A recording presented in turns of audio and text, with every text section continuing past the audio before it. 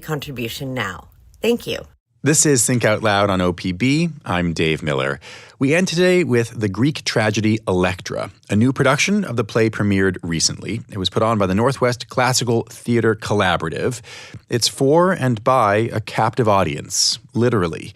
The cast are all adults in custody at Coffee Creek Correctional Facility in Wilsonville. The run also includes 2 public performances. Nistasha Tate plays Elektra. Fahlynn is the assistant stage manager and also plays a dramatic role. Patrick Walsh is the executive artistic director of the Northwest Classical Theater Collaborative. He co-facilitated this theater project along with production manager Lindsay Hoagland. All 4 of them join now. It's great to have all 4 of you on the show. Yeah, thanks for having us. Thanks so much, Dave. Nistasha, first, what made you want to sign up for this program? I was always really interested in acting, and also I like to push myself in directions that I feel might be a little uncomfortable for me. So I've never done anything like theater before, and I thought this would be a really good way for me to grow and learn some new skills. So I was really excited about it. So for you, the discomfort you thought you'd feel from being on stage, that was part of the draw. Yeah, that was part of the draw. I wanted to push myself in that direction and see what it would do to me. All right. Well, obviously, we're going to have to find out what it did to you. But Fahlynn, what about you? Why did you want to take part? I have previous experience from high school, just little stuff. And I like the arts, like music, drawing, all of that. So it was part of something from my past that I wanted to include in my new future. So it drew me towards it so that way, I could feel some sort of normalcy in an otherwise not normal situation. What was your previous theater experience? Just drama class in high school. We did a couple of plays. I can't give you the names. It's been so long. But it was something that I really enjoyed in high school and junior high. And this was a way to feel some version of what you did in the past while you're locked up. Correct. Patrick, how did this production come to be?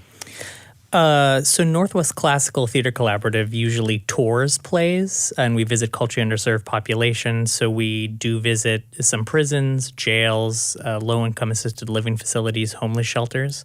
And we did a play last fall called The Year of Magical Thinking. And while I was at Coffee Creek Correctional, Jason Roy, who is the life skills coordinator, asked me if I would be interested in starting a theater program at Coffee Creek Correctional. Previously, I had run a program at Two Rivers Correctional in Umatilla, Oregon, with the actors in custody being the actors. And so he knew I had a background in it, and he asked me if I was interested in starting the program. Okay, so this wasn't you saying, hey, can I put this on in Coffee Creek? This is somebody at Coffee Creek saying, hey, will you come here? Yeah. Why did you say yes? My experiences up at Two Rivers Correctional really have shaped how I think about art. They've shaped how I think of the world, how theater and performance can be used as a platform and a tool, not just as entertainment. And I had been taken away from that for a really long time. And so my artistic life felt more empty without that. And it was just something I had been wanting to do for a while because I hadn't been able to run a program for 8 years previously. Lindsay, what about you? How'd you get roped into this? Well, Patrick asked me. I've done theater for over 30 years now. I'm trying actually not to do theater anymore. Not very successfully. Not very successfully, just because this particular project tugged on my heartstrings. In what way? I believe in the transformational powers of theater, and I know that this particular group at Coffee Creek has been asking for a theater program for 20 years. So I knew it was important to them, and it just seemed like a really cool thing to be able to bring a population that doesn't have access to that programming otherwise, and I wanted to be involved in that. Can you describe the play selection process that you all came up with? Patrick and I knew that it was important that the women involved in the program really be the head of the program. So it was important that they select the play. We brought them 4 different plays to read. We did about a month and a half of exploration of those plays. They performed individual monologues from those plays. We talked about those plays. We really got into them. They selected 2 of those 4 to really concentrate on. We did another 3 weeks of work on those plays, and then they voted between those 2 plays. And it was down to Chekhov's Three Sisters and then Sophocles' Elektra that's been translated by Anne Carson, which is what they picked. Fahlynn, why did you pick Elektra? I really resonated with the grief and the rage, because those are emotions and something that I didn't really want to touch on in my past was grief, because I lost a family member that was very close to me. So it's always been a very touchy subject. And rage is just one of the easiest emotions for us to feel as humans, but it's not an actual emotion. It's a secondary one. And digging into that to find out what your primary emotion is, it's a big feat. And I think with doing the monologues that we chose, it was easy for me to tap into the real reason as to why I was feeling the rage. And it really helped me move on past my grief. And I think everybody should give theater a try, because you may think that you're just in the shoes of somebody else, but it does help you move past your own emotions that you struggle with in your day-to-day life. Nistasha, for those of us who did not have classical educations, what is the story of Elektra? So the story of Elektra is it's full of emotions, and it's a family that's just shattered. It follows a family in power and how it was shattered by grief and tragedy. Elektra first loses her sister at the hands of her father, and then loses her father at the hands of her mother, and then exiles herself because she doesn't accept what her mother had did. And the brother comes to exact of revenge around like 16 years later, like a long time later, which they do successfully, but I don't think that anybody in the end really feels like any better, so it just makes it worse. So it's just kind of a play where it really makes you think, like, is revenge worth it? Is a tragedy for a tragedy going to fix anything? So that's what the play is about. It is a lot of emotion, deep emotion, and it was wonderful to play out. I'm really glad that this was the play that we picked. Nistasha, what were the biggest challenges for you? Well, the biggest challenges for me was the vulnerability, which is actually, I feel like that's what this play did to me. It made me more comfortable being vulnerable. So I'm in our situation as incarcerated adults, the last thing we get to be is vulnerable. And so it's like you have a wall up, you learn to just kind of cut those emotions off. And having this theater program, having this play that was so full of emotion and grief and anger, and it really helped me feel comfortable expressing those emotions as a human being again, which it was uncomfortable to do, but also brought me comfortability.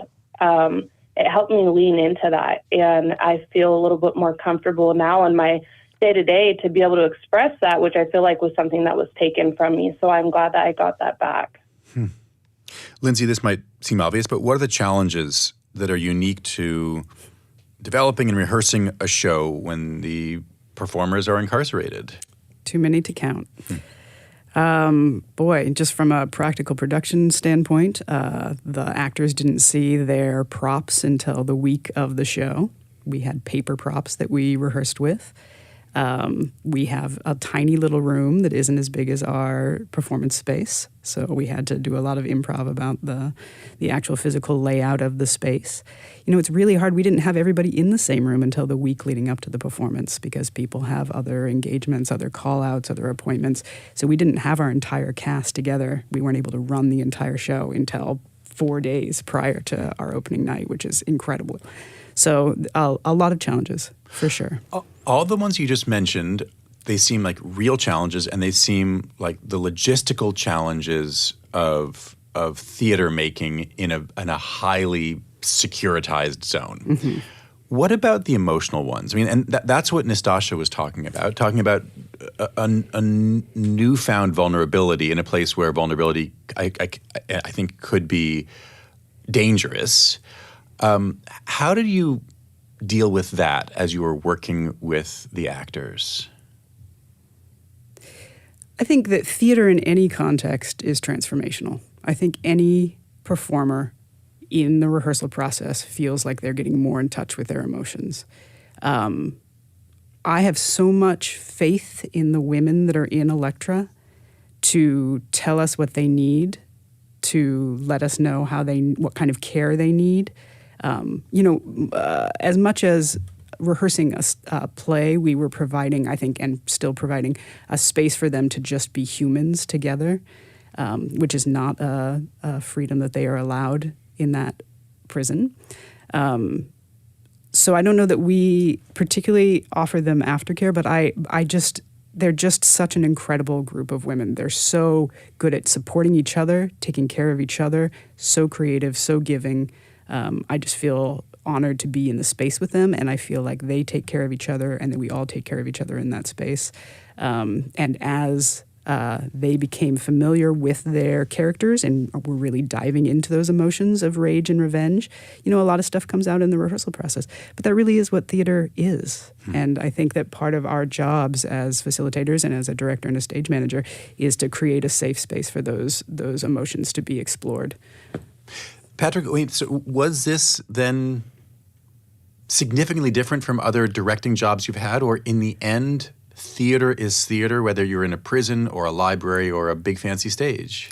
I do think, I think these plays have a certain amount of power, like no matter where they're performed. I do think having a long rehearsal process. So our group is called the Coffee Creek Theater Company. And when Lindsay and I were speaking about it, the idea of a company, the idea of people who work together for years, who develop skills, who develop a way of working was very important to me when we talked about that. And so it's not really the same thing having a group of people who not only work together, also live together, experience things together, cry together, are angry together. And that is very different than anywhere else that I have worked. And I think specifically in Coffee Creek, watching that company ethos take over has been really amazing to watch. And just Lindsay mentioned the collaborative nature of the rehearsal process that we had. Directing is a very lonely job. There's always another designer for a designer to talk to. Actors always get a chance to be able to talk with actors. For the most part, I'm sitting by myself figuring out how people are going to move around the stage and what the psychological architecture is that's going to make them go on that journey. And it's pretty much just me by myself. This was such an open, collaborative process where Lindsay mentioned where the women of the group were really in charge of it. That was very good for my soul, and I think just very good for the room in general. And I've never had that before.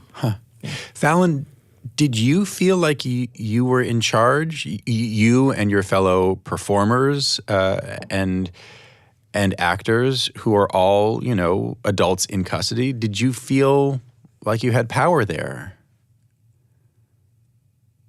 I feel like the power came in working together and everyone collaborating to make it what it became. We all had inputs and we all had suggestions that helped in the end. Like I suggested maybe the Elektras wear the crowns at the very end to indicate that the deed was done, but you may have the crowns and nothing's changed. Every step of the way, Patrick, the whole play, everyone, collaborating, it turned out wonderful because of it. If you're just tuning in, we're talking right now about a production of Elektra that's being put on by adults in custody at Coffee Creek Correctional Institution in Wilsonville right now. Patrick Walsh is the Executive Artistic Director of the Northwest Classical Theater Collaborative. He co-facilitated this project along with Lindsay Hoagland. Nistasha Tate is one of the actresses who plays Elektra. Fahlynn Nix is the assistant stage manager and also plays the part of Aegisthus. I'm curious what the premiere was like on Friday for all of you. But Nistasha first, so this past Friday night, this was a play for the outside world, for friends and family, for people who are not residing at Coffee Creek. What was it like in the hour leading up to the curtain going up? It was beautiful chaos. It was amazing. We had a lot of help. We had the help of our cosmetology program to get us ready with our makeup and our hair, which was so cool. And then, of course, we had our costumes that were custom made for us by our costume designer, a volunteer from the outside. And we ran lines, and we all just it's kind of like a family that we built. We all just were anticipating this for so long.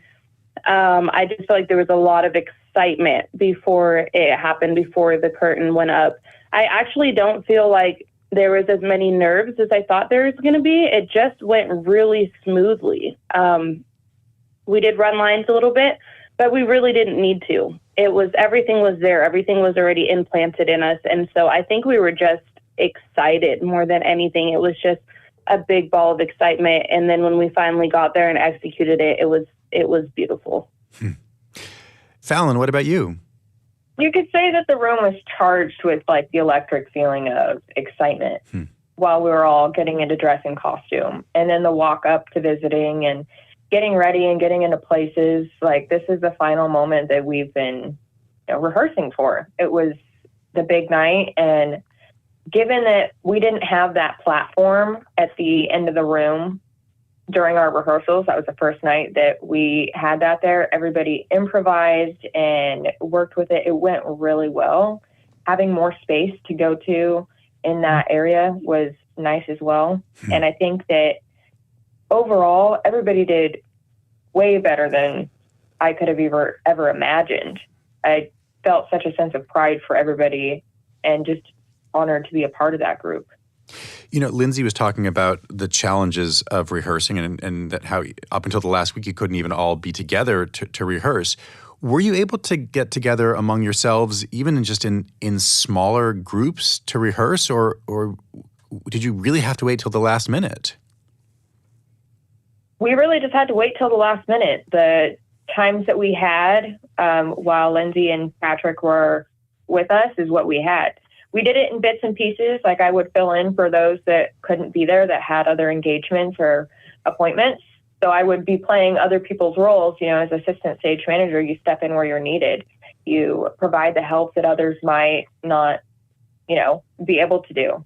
So I had everybody's lines. I had everybody's blocking. I knew where to go. I helped them rehearse their parts while their counterparts were not there. So it made the show. What did you learn, Fahlynn, directly from Lindsay about stage managing? I learned about blocking, which is an actor's movement on stage. They have a prop in their hand. If they're turning around to exit at a certain spot in the stage or to sit down, like, you're recording all of this in your script and you're making sure everybody knows when they're supposed to go on, what props they have. While Patrick is directing them on what they should be doing, the stage manager is the one that's keeping record of that, so you're on point with everything. Not only that, like, incredible amount of patience I've learned, and just compassion for others. It really has changed my outlook. Lindsay was a great teacher, and there's just so much fun in this entire program. Nistasha, what about you? What do you think you learned from Lindsay and Patrick in particular? I think just as I said before, how to express emotion, how to feel comfortable in the emotions that I might not be so comfortable in. I think Patrick really opened my mind to being aware of what you have to offer as you and what your character has to offer. So, like, how are you feeling and how do you think Elektra would feel? And how can you mix those two? I got that from Patrick a lot. So that was really nice to learn. It makes you think. And I feel like as an actor, And playing a role like that, you really do have to think, because it comes from your own experience, your lived experience, and then the experience that your character would have had in their lives. And Lindsay helped me a lot with my lines. She taught me a really good trick, and if it wasn't for her, I don't know how I would have got through all of that. I did try to learn my lines for the first time. Like I said, never done anything like that before. And it was really hard. I was struggling, and she just sat with us, a lot of us, for a long time and helped us run our lines. And she gave me a little trick, and then I got through all of it, and now I have all the lines in my head. So wait, we have to know what's the trick. So you look at a line and you read it in your head and you read it out loud a couple of times, and then you cover it and you do the same thing. And then you uncover it and you repeat that process. And then, like, voila, you remember that line, and you just keep going down for all of your lines. And so it was really just covering. I covered it with just a little note card. And so I would repeat that line to myself in my head and out loud. And then I'd look at it again and cover it, and then look at it again and repeat that process. And then it was in my head. And I remembered all of the Elektra lines, which was a lot.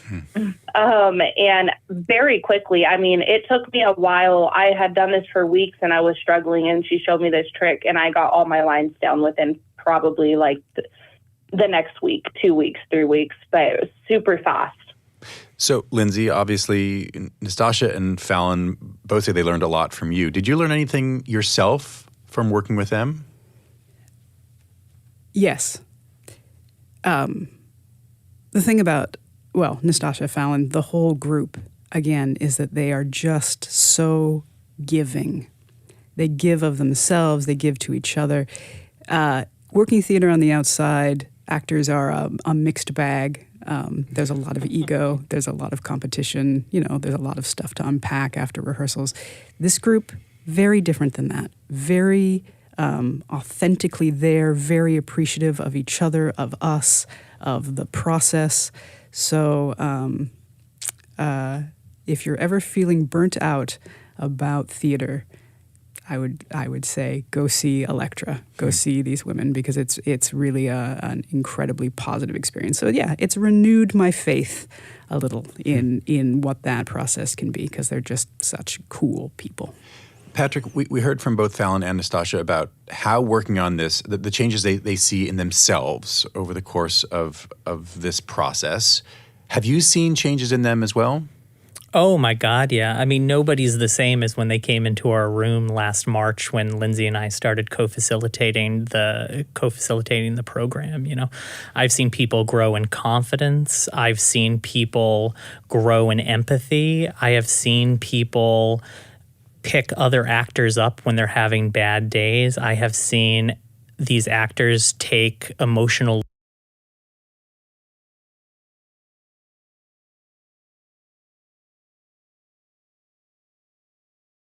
Federal funding. Working theater on the outside. Oh my God, yeah. And the one this coming. These actors take emotional loads from people who are maybe not able to function at their heights on the day we happen to be there.